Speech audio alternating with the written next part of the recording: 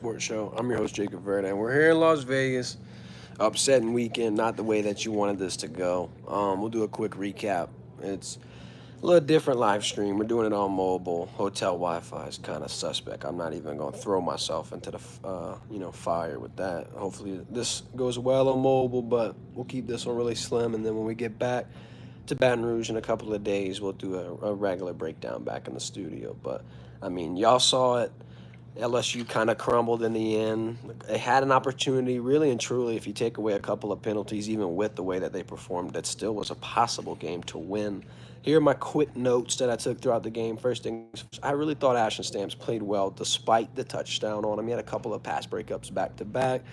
He had his moments, and I mean, in a game like this, you want to try to find as many bright spots as possible. Penalties all over, false starts, unsportsmanlike, targeting. I mean, there was just a lot of moments where LSU, dropped the ball, so to speak. They had a good thing going for them, and then all of a sudden, offense can't, score. Offense can't put things together. A lot of head scratching moments.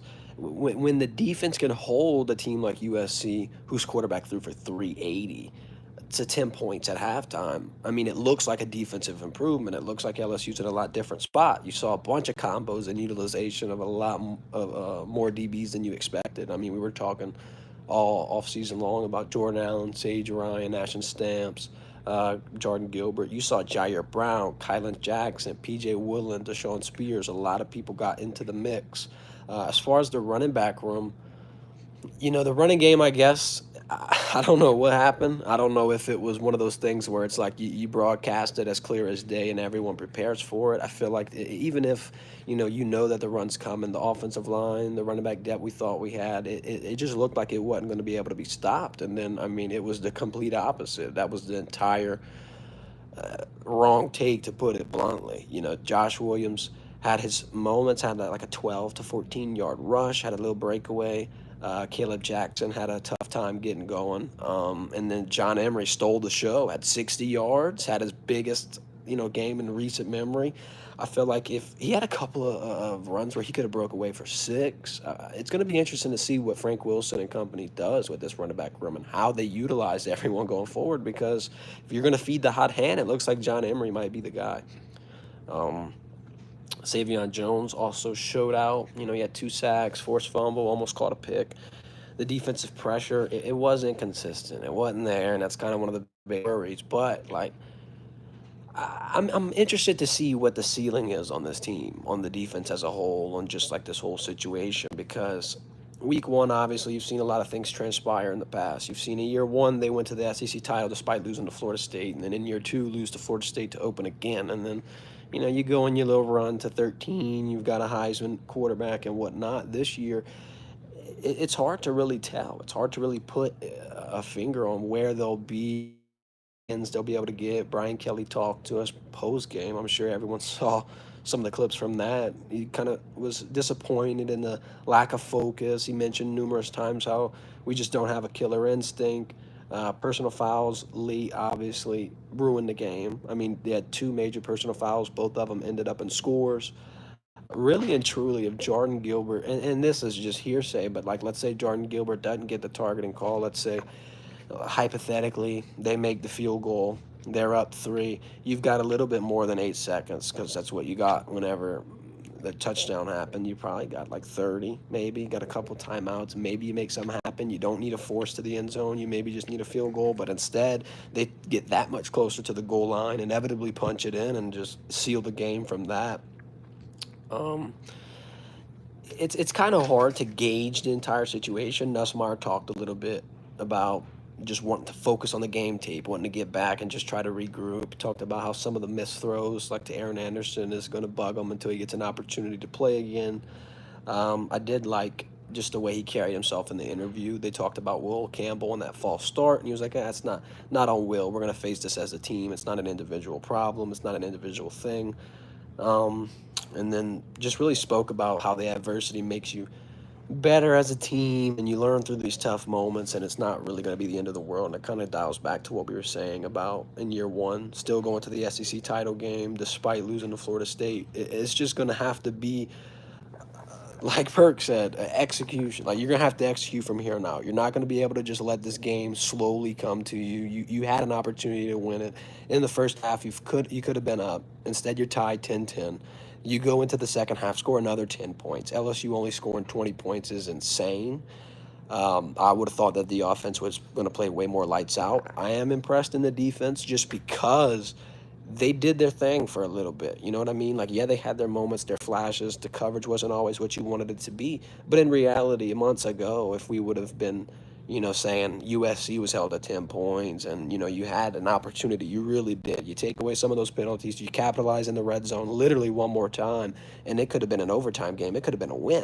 There's so many different things that was left on the field, and really confused. And one of the things that I'm wondering, and I'm sure everybody's wondering, Kyron Lacey goes for 94 yards and I believe 7 catches in the first half, and then in the second half gets 2 targets. And now, is it a play calling thing? Is it a coverage thing? Is it just he's not open? I mean, I don't know.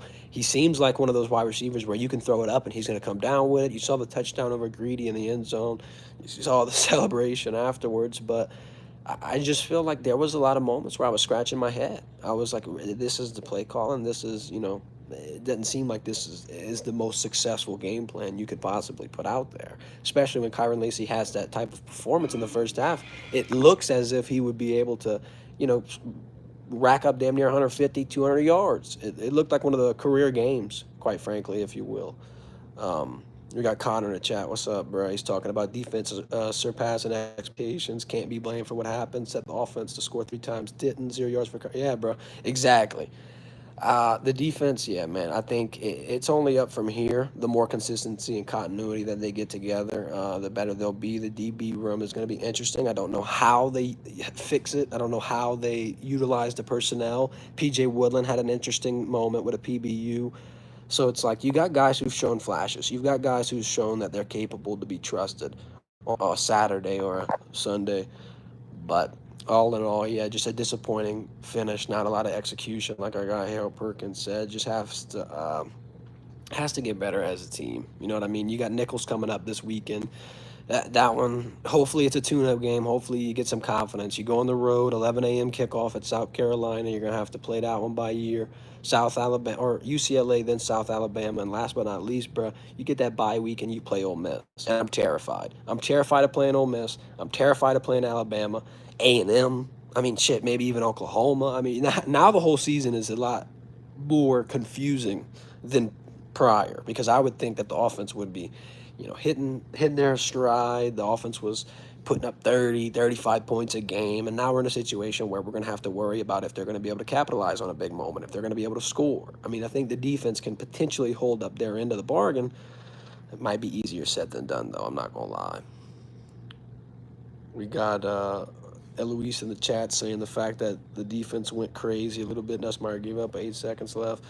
I mean, it's just tough. I don't think Nussmeier gave up. I think Nussmeier obviously wanted to win. He showed a lot of emotion out there, and he had a damn good game. 76% completion, over 300 yards, in a game where nobody thought the pass game was going to be the focus. I would have slammed a Nussmeier under if I was a bettor.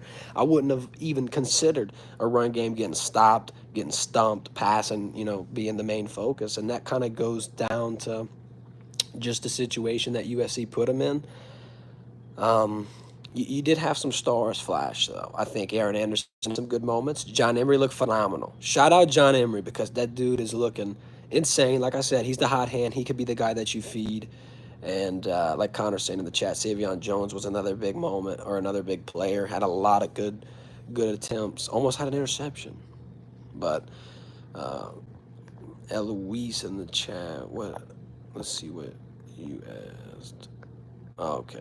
That was the Nussmeier comment. Yeah, I just feel like all in all, this entire game, it's disappointing. You had an opportunity to win. I don't think it's indicative of the entire future of the team. I think that this team could it could turn around. They could use this to motivate themselves, but they got a lot of things to figure out. They've got to be able to be more consistent on the offensive side of things. You got to capitalize when you get a moment when you're in a damn red zone scheme 3 times and you're coming away with 2 field goals. It's just not going to get it done. That's how you lose. That's how you get into a bad spot.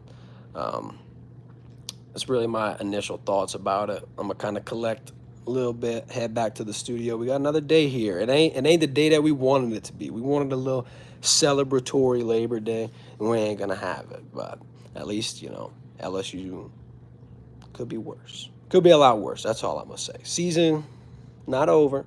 It's a week one. Had a decent game. Could be a playoff contender. It's a 12-man. It's wide open. USC looked good. If they're a contender in the Big Ten, it makes you feel a little better. It makes you feel like, okay, well, we didn't lose to nobody. But yeah, that's really my thoughts on this. I'm gonna wrap this stream up. Appreciate everybody for joining. Like I said, we're gonna do. I'll trim up some highlights, get a little commentary up for you either tonight or tomorrow morning, and then when we get back to Baton Rouge, we'll go live again. Appreciate everybody joining the chat. Appreciate the interesting comments. We got some guys in here trying to be funny, some clowns. But y'all have a good one. Vernon Verdict live from Las Vegas. Disappointing end. Hopefully, week 2 is gonna be a lot better. Watch out, Nichols. They might get the brunt end of the stick. They're walking in here. They're excited to be in Tiger Stadium. They would have wished that this was a win though, because now they could potentially get a 60 ball dropped on them. Y'all have a